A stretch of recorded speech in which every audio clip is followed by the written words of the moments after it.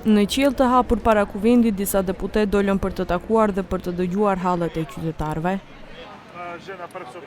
Qytetarët drejt për së drejti mund t'i pyesnin ose t'i parashtronin ankesat deputetëve.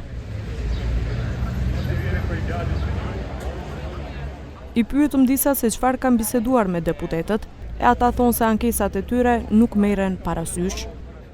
Ne su mjadën së denoj, stomaco podem, diarrea misri. Kada barem pomoć, kada mi pomogne. Tu ja njega što mi da petitrica, socijalno kirje u Gjorče plakam 12, struja gjivërtarina voda i što.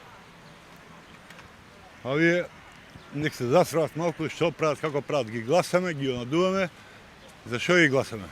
Ич не ме интересира за пратениците. За кои пратеници? На кое собрanje? Кажете mi. Disa nxënës tanë u kanë kërkuar të ndryshohet ligji për arsimin e mesëm.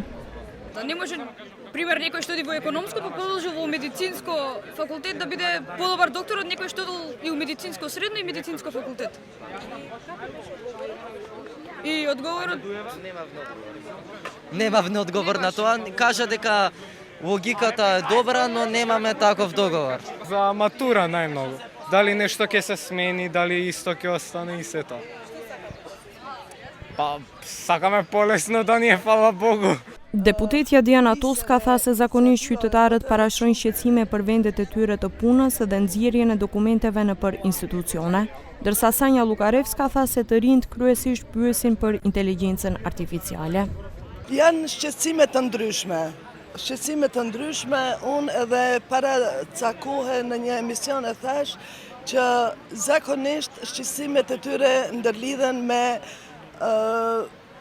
vendet e tyre të punës, ndoshta edhe me problemet byrokratike të cilat I kanë kur hasin me nxjerrjen e dokumenteve të ndryshme. Секако, во најголем процент, проблемите кои граѓаните ги нотираат за да пристапат кон нас, се повеќе од локален карактер. Од сите прашања кои што не ги поставија присутните, пред се младата популација, беа доста заинтересирани за вештачката интелигенција, беа доста заинтересирани за европската иднина. Këtë aktivitet të quajtur karavani parlamentar në parkun Gruaja Luftëtarja në Shkup, takoni parlamentin, bisedoni me deputetët, e organizoi Kuvendi I Republikës së Maqedonisë së Veriut, ndërsa do të vazhdojë edhe në qytete tjera.